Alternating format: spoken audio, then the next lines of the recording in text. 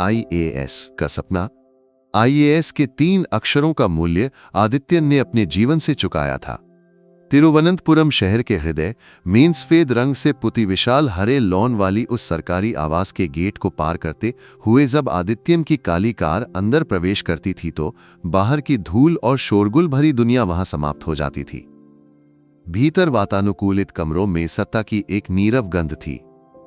जिला कलेक्टर आदित्यन का संसार पूरी तरह से परिभाषित था। उसमें इंसानों के नामों से ज्यादा उनके पद महत्वपूर्ण थे। उसकी पत्नी नीतू एक उद्योगपति की बेटी उस संसार के नियमों को आदित्यन से भी बेहतर समझती थी।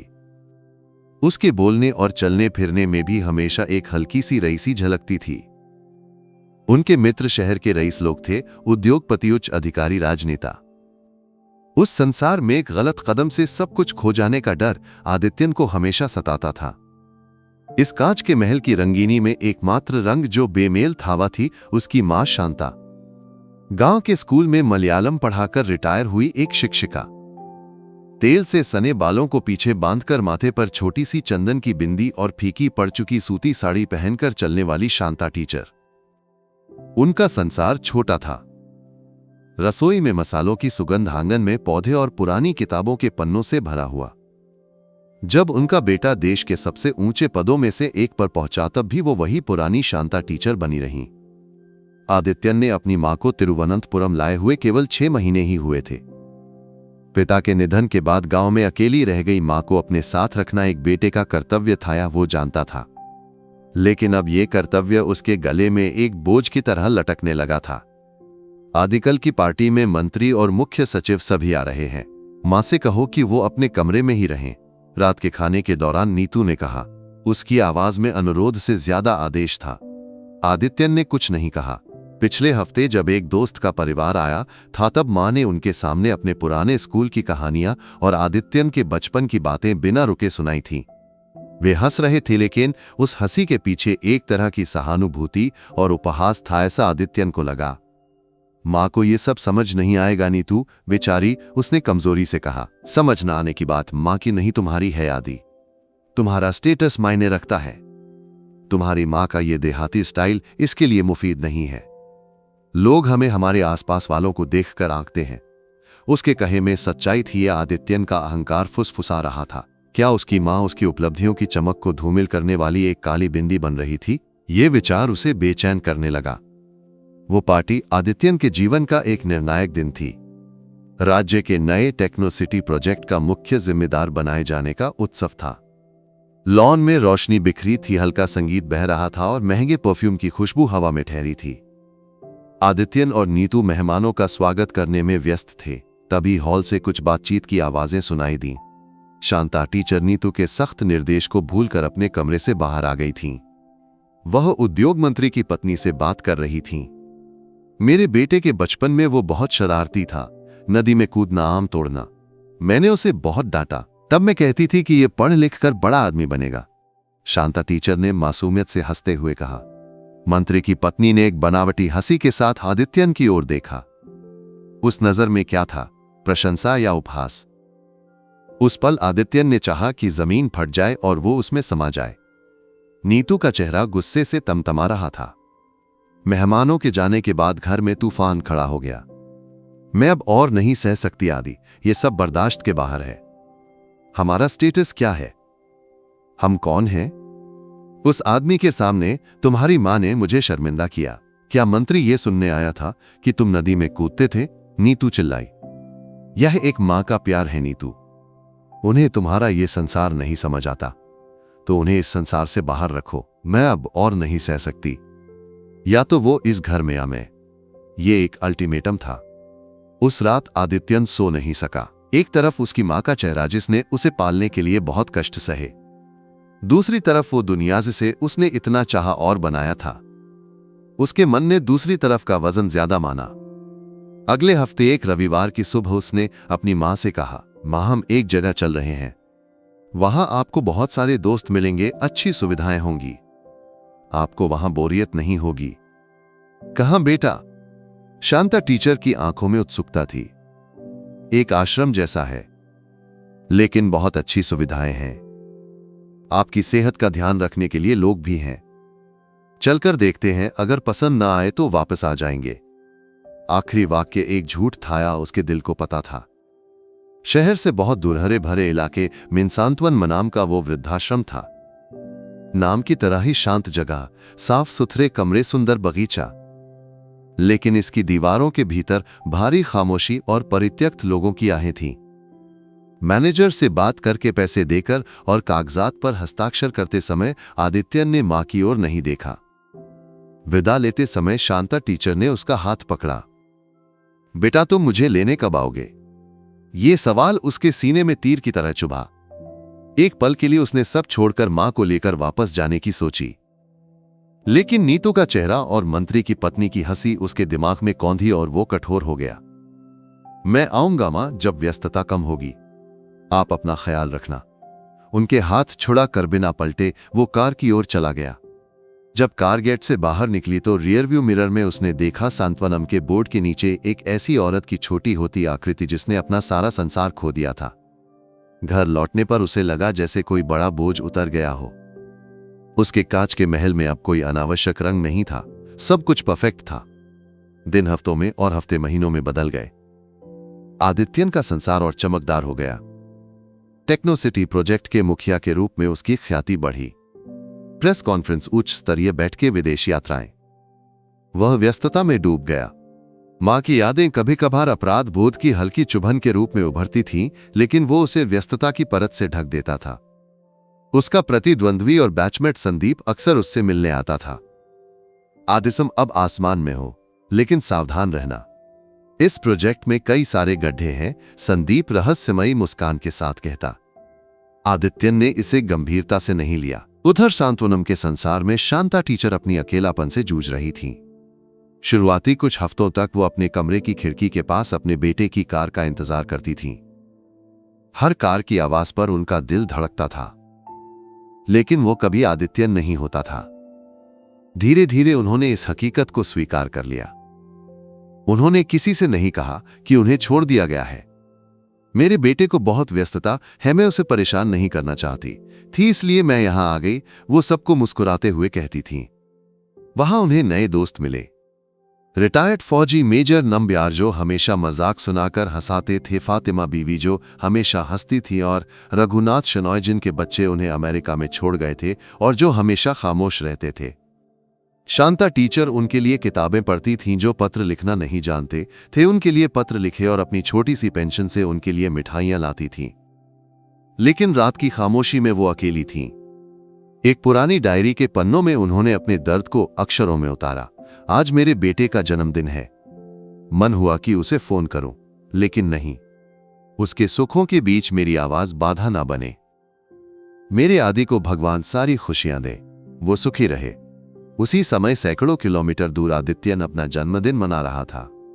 शहर के सबसे बड़े होटल में सैकड़ों मेहमानों के बीच केक काटते समय एक पल के लिए बचपन में मां के बनाए हुए अड्डा प्रथमन की मिठास उसकी जीभ पर कहीं गूंजी। उसने उस याद को जल्दी से झटक दिया। टेक्नोसिटी प्रोजेक्ट के निर्माण अनुबंध से जुड़े कुछ आरोप अखबारों में आने लगे। पहले छोटे कॉलम में, फिर सुर्खियों में खबरें फैलीं कि प्रोजेक्ट का टेंडर एक अयोग्य कंपनी को दिया गया और इसके पीछे करोड़ों की घूस थी। प्रोजेक्ट के मुखिया आदित्यन की ओर संदेह की उंगलियां उठने लगीं। ये सब आम बात है आदि, बड़े प्रोजेक्ट्स के साथ आरोप भी आते हैं। मुख्यमंत्री ने उसे सांत्वना दी, लेकिन बात इतनी सरल नहीं थी। एक सुबह पूरे देश को चौंकाते हुए सीबीआई ने केस अपने हाथ में ले लिया। जांच की जिम्मेदारी दिल्ली से आई एक विशेष टीम को सौंपी गई थी। उस टीम का नेतृत्व विक्रम आईपीएस नाम का एक कठोर अधिकारी कर रहा था। विक्रम का नाम सुनते ही अधिकारियों में हड़कंप मच गया। वो बिना किसी समझौते के, किसी का चेहरा न देखते हुए कार्रवाई करने वाला व्यक्ति था। आदित्यन के सीने में पहली बार डर की ठंडक उतर आई। उसने खुद को समझाने की कोशिश की कि उसने कुछ गलत नहीं किया, लेकिन टेंडर के दस्तावेजों में उसने किए कुछ संशोधन उसकी स्मृति में आए। संदीप के आग्रह पर कुछ तकनीकी समस्याओं को हल करने के लिए किए गए छोटे मोटे बदलाव, तब ये कोई बड़ी बात नहीं लगी थी। विक्रम के नेतृत्व में सीबीआई की टीम तिरुवनंतपुरम पहुंची। जांच तेज हो गई।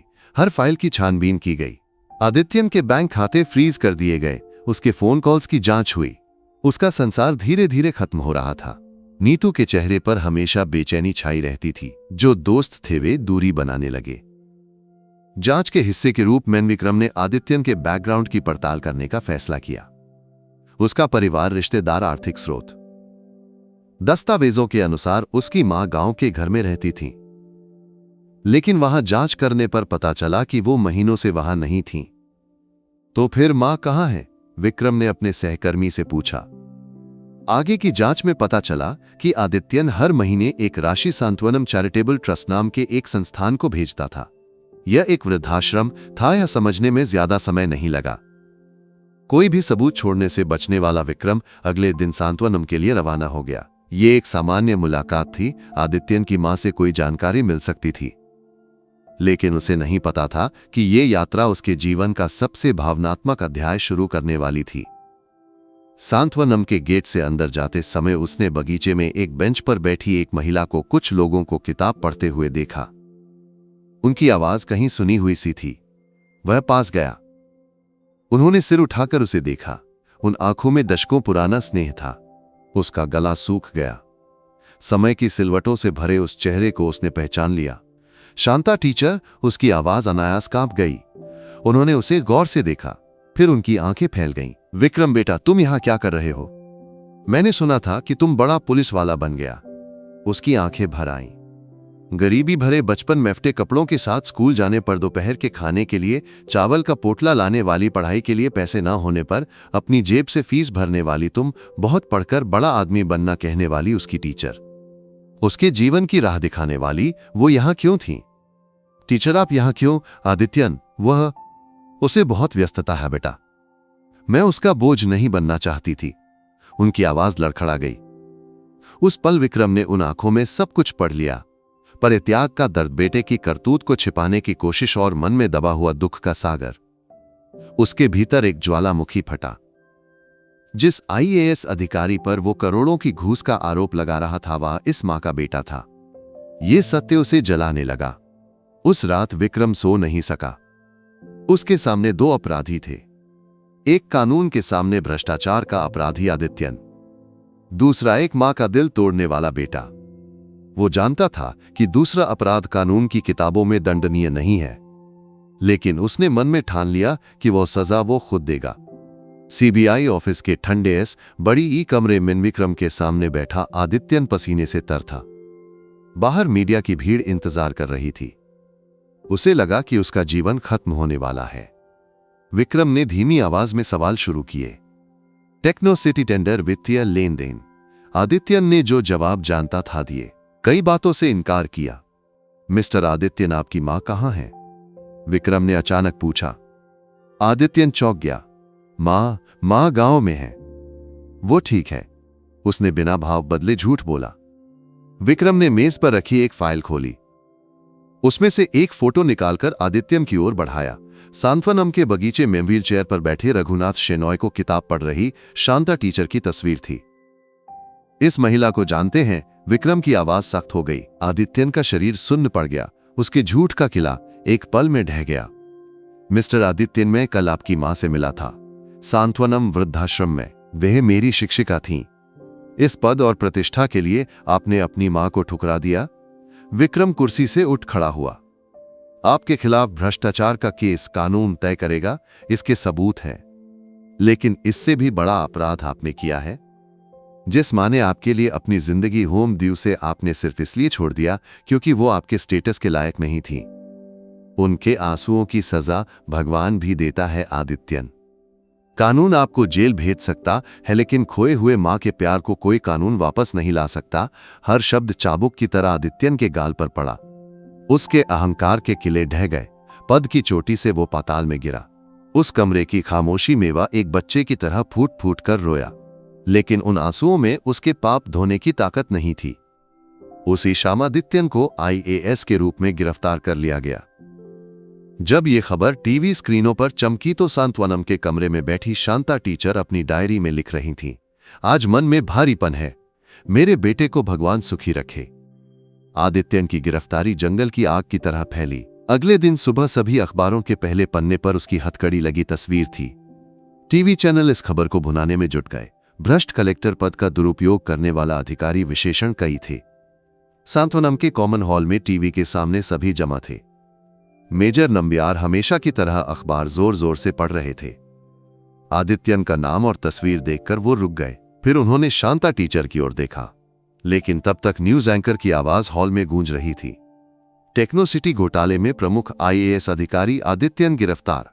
शांता टीचर एक पल के लिए स्तब्ध रह गईं। उनके हाथ से किताब नीचे गिर पड़ी। मेरा बेटा? नहीं, या कोई और होगा। गलतफहमी होगी। उनकी आवाज एक हल्की सिसकी की तरह निकली, लेकिन स्क्रीन पर उनके बेटे का चेहरा सारी शंकाएं खत्म कर गया। उन्हें लगा कि दुनिया घूम रही है। फातिमा बीवी दौड़कर आईं और उन्हें संभाला। टीचर, शांत हो जाइए। नहीं, मेरा बच्चा कुछ गलत नहीं करेगा। उसे किसी ने धोखा दिया है, मेरा बेटा। वो पागलों की तरह बड़बड़ा रही थी। उस मां के दिल के टुकड़े होने की पीड़ा में सांत्वनम की दीवारें भी कांप उठीं। उसी समय तिरुवनंतपुरम के घर में नीतू अपने वकील से बात कर रही थी। मुझे तलाक चाहिए, जितनी जल्दी हो सके। इस अपमान के साथ मैं यहां नहीं जी सकती। मुझे उसकी कोई संपत्ति नहीं चाहिए। बस किसी तरह इस सबसे छुटकारा मिल जाए। उस शाम उसने प्रेस कॉन्फ्रेंस बुलाई। सफेद चूड़ीदार पहने दुख का अभिनय करते चेहरे के साथ वो कैमरों का सामना करने खड़ी थी। आदित्यन के बिजनेस लेन देन के बारे में मुझे कुछ नहीं पता था। मुझे पूरी तरह धोखा दिया गया। एक महिला और पत्नी के रूप में मेरा अपमान हुआ है। आदित्यन सीबीआई कस्टडी में ठंडी फर्श पर बैठा वो खबर देख रहा था। जिस पत्नी ने उससे प्यार का दावा किया, जो उसके पद की छांव में जी रही थी, उसने एक पल में उसे ठुकरा दिया। दोस्त नहीं, रिश्तेदार नहीं, और अब पत्नी भी नहीं। जब पद छिना तो उसे एहसास हुआ कि वह कितना अकेला है। विक्रम के शब्द उसके कानों में गूंज रहे थे। उसके दिमाग में मां का चेहरा ही जल रहा था। अगले दिन विक्रम फिर सांत्वनम पहुंचा। इस बार वो सरकारी गाड़ी में नहीं, एक आम आदमी की तरह आया था। शांता टीचर अपने कमरे में एकटक बैठी थी, न खाना खाया न किसी से बात की। विक्रम उनके पास बैठा। टीचर, उन्होंने आंसुओं भरी आंखों से उसकी ओर देखा। तूने उसे गिरफ्तार किया है ना, मेरे बेटे को? यह मेरा कर्तव्य था टीचर। कानून अपना रास्ता लेगा, लेकिन मुझे विश्वास है सच एक दिन सामने आएगा। आप हिम्मत मत हारिए। उन शब्दों में एक शिष्य का प्यार था। जांच आगे बढ़ने के साथ विक्रम का संदेह पक्का हो गया। आदित्यन ने भ्रष्टाचार किया हो सकता है, लेकिन वो इस खेल का केवल एक मोहरा था। इसके पीछे बड़े खिलाड़ी थे। जांच संदीप की ओर बढ़ी। संदीप और ठेकेदार वर्गीस के गुप्त बातचीत के रिकॉर्ड सीबीआई को मिले। उनका मकसद आदित्यन को फंसाना था। उसके अहंकार और पद की लालसा को उन्होंने जाल के रूप में इस्तेमाल किया। जेल की एकांत में आदित्यन अपने जीवन पर पुनर्विचार कर रहा था। उसे एहसास हुआ कि वो एक मृगतृष्णा के पीछे भाग रहा था। पद और पैसा जो सुरक्षा देते हैं, वह कितनी अस्थायी है। असली संपत्ति तो रिश्तों का प्यार था। उसने जिस मां के प्यार को ठुकराया था। एक दिन आदित्यन से मिलने एक युवा वकील प्रदीप आया। सर, मैंने आपके केस की फाइलें पढ़ी हैं। आप पूरी तरह निर्दोष नहीं हो सकते, लेकिन आपको धोखा दिया गया है। मैं ये केस लड़ने को तैयार हूं। फीस की चिंता मत कीजिए। पहली बार उस टूटे हुए संसार में किसी ने उसके लिए हाथ बढ़ाया। उसकी आंखों में उम्मीद की एक हल्की सी चमक दिखी।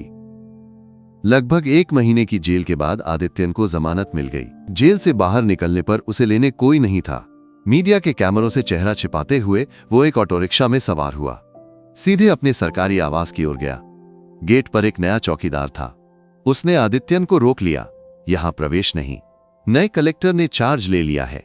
उसने अपनी पत्नी को फोन किया। फोन स्विच ऑफ था। पड़ोस के एक अधिकारी को फोन किया तो उसने बताया नीतू सब कुछ पैक करके अपने मायके चली गई। उसका कांच का महल हमेशा के लिए बंद हो चुका था। बैंक खाते फ्रीज थे। जेब में बस कुछ नोट थे। जाने के लिए कोई जगह नहीं थी। जो दोस्त थे वे फोन नहीं उठा रहे थे। वो एक बस स्टॉप की ओर चला। उसकी स्मृति में बस एक चेहरा उभरा। मां। एक साधारण बस के जनरल डिब्बे में बैठकर वह सांत्वनम की ओर रवाना हुआ। बड़ी ई कार से पसीने की गंध वाली भीड़ भाड़ वाली बस तक की दूरी ने उसे उसके पतन की गहराई याद दिलाई। हर पल उसे डर था कि कहीं लोग उसे पहचान न लें। शाम तक वह सांत्वनम पहुंच गया। गेट पार करते समय उसके पैर भारी हो रहे थे। बगीचे में उसी बेंच पर मां बैठी थी, दूर कहीं देखती हुई भावहीन। वो धीरे धीरे मां की ओर बढ़ा। उसकी पदचाप सुनकर शांता टीचर ने पलटकर देखा। दुबला पतला दाढ़ी, बढ़ा हुआ, आंखें धसी हुई, थका हुआ एक रूप। उनके द्वारा जन्म दिया गया बेटा अब केवल उसकी परछाई था। उसे शब्द नहीं मिले, वो मां के पैरों में लुढ़क गया। उनका चेहरा उनके पैरों से सटाकर वो एक बच्चे की तरह चीख चीख कर रोया। उसके आंसुओं ने उस मां के पैरों को भिगो दिया। शांता टीचर ने एक शब्द भी नहीं पूछा। क्यों आया, क्या हुआ, उन्हें कुछ जानने की जरूरत नहीं थी। वो धीरे से झुकी, उसके कंधे पर हाथ रखकर उसे उठाया। फिर जब सारा संसार उसे ठुकरा चुका था, उस मां ने उसे अपने सीने से लगा लिया। उस आलिंगन में प्यार, सुरक्षा और क्षमा का संसार मिला, जिसे वो जिंदगी भर ढूंढता रहा लेकिन पहचान नहीं सका। पद जो शांति नहीं दे सका, वह उस मां के दिल में उसे मिला। सांत्वनम का जीवन आदित्यन के लिए एक नया अनुभव था। शुरुआती कुछ दिन वो कमरे में ही सिमट कर रहा। बाहर निकलने और लोगों का सामना करने में उसे शर्मिंदगी महसूस हुई, लेकिन शांता टीचर ने उसे जबरदस्ती नहीं की। वो उसके लिए खाना लाती, उसके गंदे कपड़े धोती और एक छोटे बच्चे की तरह उसकी देखभाल करती। धीरे धीरे वो बाहर निकलने लगा, मां के साथ बगीचे में बैठता, मां को अन्य निवासियों से बात करते सुना। मेजर नंबियार की युद्ध की कहानियां, फातिमा बीवी के पुराने गाने, रघुनाथ शेनॉय की खामोशी। उसे एहसास हुआ कि हर चेहरे के पीछे परित्याग की एक कहानी है। उसने अपनी मां के साथ जो किया वह कोई अलग घटना नहीं थी, बल्कि इस दुनिया में कई बच्चों द्वारा दोहराई जाने वाली गलती थी। एक दिन जब मेजर नंबियार को सांस लेने में तकलीफ बढ़ी और उन्हें अस्पताल ले जाने वाला कोई नहीं था, तो आदित्यन ने बिना सोचे मैनेजर से चाबी ली और पुराने एम्बुलेंस वैन में मेजर को लेकर अस्पताल भागा। उस रात वो अस्पताल के बरामदे में ही बिता दी। इस घटना ने उसके भीतर बचे हुए IAS अधिकारी के आखिरी अंश को भी खत्म कर दिया। वह सांत्वनम का एक हिस्सा बन गया। उसने वहां की फर्श साफ की, सब्जियां काटने में मदद की, चलने में तकलीफ वालों को सहारा दिया। उसका अहंकार उस सेवा में पिघल गया। एक रात मां के कमरे की सफाई करते समय बिस्तर के नीचे से उसे एक पुरानी डायरी मिली। ये शांता टीचर की डायरी थी। कांपते हाथों से उसने इसके पन्ने पलटे। हर पेज पर एक मां का दिल धड़क रहा था। उसे पालने की कठिनाइयां, उसकी हर सफलता पर गर्व, वृद्धाश्रम की अकेलापन, उसके जन्मदिन पर शुभकामनाएं न दे पाने का दुख और उसकी गिरफ्तारी की खबर सुनकर दिल टूटने का दर्द। आखिरी पेज पर लिखा था, मेरा बेटा मेरे पास लौट आया। मेरी सारी प्रार्थनाएं भगवान ने सुन ली। उसने गलती की होगी, लेकिन वह मेरा बच्चा है। दुनिया उसे दोषी ठहराए, लेकिन इस मां के सीने में उसका स्थान है। मेरा आदि फिर से पहले जैसा हो जाए। मुझे उसकी मुस्कान वापस चाहिए।